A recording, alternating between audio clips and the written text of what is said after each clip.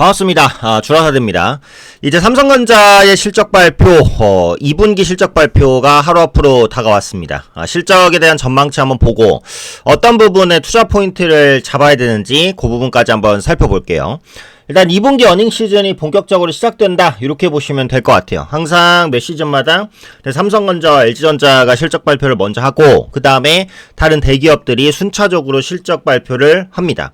삼성전자의 실적 발표는 이제 한국 기업의 실적 발표에 이제 포문을 여는 발표이자 삼성전자 한 종목이 차지하는 시가총액 비중이 굉장히 높잖아요. 그러다 보니까 전체적인 실적 시즌의 분위기를 알 수 있는 그런 이벤트이기도 해요. 근데 이번엔 조금 다른 게, 일단 삼성전자는 2분기 실적이 꽤 안 좋을 것으로 현재 예상하고 있죠. 근데 이번 2분기에 전체적인 코스피 기업의 실적이 안 좋냐? 또 그건 아니에요. 전체적으로 보면 또 실적은 괜찮을 것 같단 말이에요. 그래서 이번에는 삼성전자의 실적 발표가 코스피 기업의 실적 가늠자라고 하기는 조금 어려울 것 같고, 삼성전자 단독의 이슈로서만 체크를 해봐야 되지 않을까 싶습니다.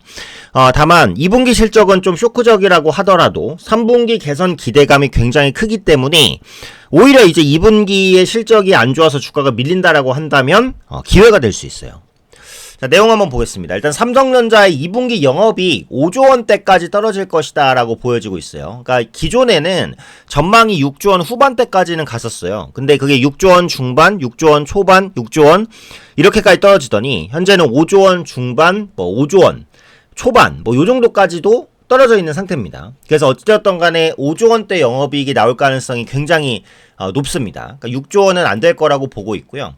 실적이 안 좋은 건 어찌 보면 이제 당연하다라고 봐야겠죠. 삼성전자가 HBM에서 하이닉스의 경쟁력을 잃은 이후에 기존 레거시 반도체 말고는 제대로 수익을 내는 분야가 별로 없습니다. 그죠?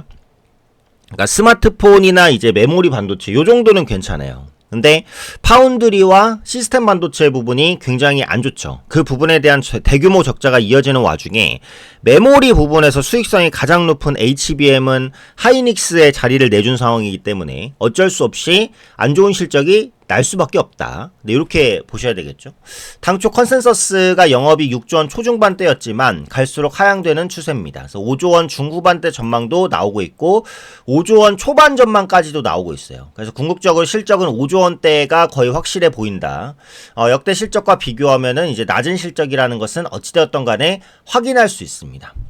그래서 DS 부분의 영업이익 전망치 2조 원 안팎 정도로 형성되어 있다라는 부분들, 고대역폭 메모리 HBM3 12단 제품이 엔비디아 퀄 테스트를 생각보다 빠르게 통과하지는 못했죠. 근데 이 부분은 너무 걱정하지 않으셔도 돼요. 올해 안에는 퀄 테스트가 통과가 될 가능성이 높다라고 생각을 합니다. 엔비디아 입장에서도 지금 SK하이닉스의 대부분의 HBM을 의존하고 있고 그 다음에 마이크론으로부터 납품을 받고 있는데 요 정도로는 부족해요. 그래서 납품사 다변화를 분명히 추진할 것이기 때문에 한 군데서 더 HBM을 받는다면 삼성전자가 될 수밖에 없죠. 어차피 글로벌적으로 HBM 경쟁력이 있는 업체는 하이닉스, 마이크론, 삼성전자 3개밖에 없으니까요. 그래서 퀄 테스트가 올해 안에는 저는 마무리될 거라고 봐요. 이게 마무리가 되면 일단 삼성전자의 한 가지 호재로서 작용할 가능성은 충분히 있다라고 보시면 될 것 같고요. 지금 삼성전자가 HBM을 엔비디아에는 퀄 테스트를 통과 못해서 납품 못하고 있지만 AMD나 브로드컴에는 납품을 하고 있어요. 이 기업들이 절대 작은 기업은 아니거든요. 그래서 HBM의 경쟁력은 갖고 있는 건 확실합니다. 단지 이제 하이닉스에 밀리고 있을 뿐이다 라는 부분이고요. 근데 중요한 건 뭐다? 일단 2분기가 바닥일 것이다 라는 것. 3분기에는 영업이익이 7조에서 8조 원대까지는 올라갈 가능성이 굉장히 높아요. 일단 기본적으로 레거시 반도체 가격이 상승하고 있죠. 이 부분은 이따가 좀 말씀을 드릴 거고, 그 다음에 삼성전자가 잘하는 건 어쨌든 메모리 반도체고 파운드리나 이제 비메모리 반도체는 좀 성과가 안 나고 있잖아요. 그러다 보니까 파운드리나 비메모리에 대한 대규모 투자보다는 메모리 쪽에 대한 집중을 하겠다라는 언급들을 계속해서 하고 있어요. 그래서 이런 부분들이 영업이익을 끌어올리는데 도움이 될 수 있을 거라고 보고 있고요. 또 중요한 게 이 부분인데, 일시 D램 삼성전자가 승부를 걸 6세대 HBM4의 코어 다이로 쓰인다. 경쟁사들은 HBM4의 10나노 5세대 D램을 주로 쓰는데 정부 회장을 한 세대 앞선 일시 D램을 채택해 승부를 보기로 했다. HBM에서 뒤처진 경쟁력을 빠르게 따라가겠다라는 의지의 표명들을 하고 있다라는 거예요. 그 다음에 이제 스마트폰인데 요거는 이따가 조금 더 큰 기사로 한번 보도록 하겠고요. 자, 중요한 부분은 또 이제 관세 협상이라고 볼 수 있습니다. 트럼프의 관세 시한 유예 기간이 8일 종료가 됐어요. 그래서 반도체 부분에도 어떤 관세가 매겨질지 모르는데 요게 이제 결과는 좀 더 지켜보긴 해야겠습니다만 반도체 부분에 관세가 매겨지는 쪽, 강화되는 쪽을 진행이 된다라고 한다면 이전에 그 트럼프 관세 때 레거시 반도체 수요가 폭증을 했어요. 왜? 관세 매겨지기 전에 미리 반도체를 확보하려고 했으니까. 이번에 관세가 매겨져도 비슷한 현상이 나올 가능성도 배제할 수는 없습니다. 이유와 어찌됐던 간에 레거시 반도체 가격이 반등하고 있는 건 사실이에요. 그래서 그런 부분들은 현재 레거시 쪽에 상당한 비중을 영위하고 있는 삼성전자에도 자연스럽게 호재가 될 수밖에 없다. 네, 이렇게 보시면 될 것 같습니다. 고대역풍 메모리를 비롯한 하이엔드 제품 AI 서버 GPU 수요 바탕으로 가격 강세 이끌고 있고요. DDR5, LPDDR5X, 메인스트림 DRAM 하반기 스마트폰 PC 수요 부진 영향으로 상승 탄력은 조금 제한적일 것이다.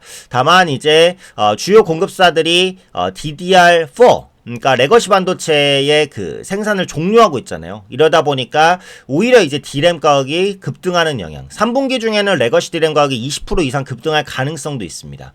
공급단이 축소되고 수요는 견고한 상황이기 때문에 아무래도 반도체 가격이 상승할 수 있다라는 거고 이것은 당연히 삼성전자의 호재가 된다. 이렇게 보시면 되겠고요. 좀 착각하시는 게 그 AI 반도체의 메모리는 HBM만 된다라는 생각이 있는데 AI에 대한 학습은 레거시 반도체로도 가능합니다. 단지 HBM이 성능이 확실히 좋은 것 뿐이죠.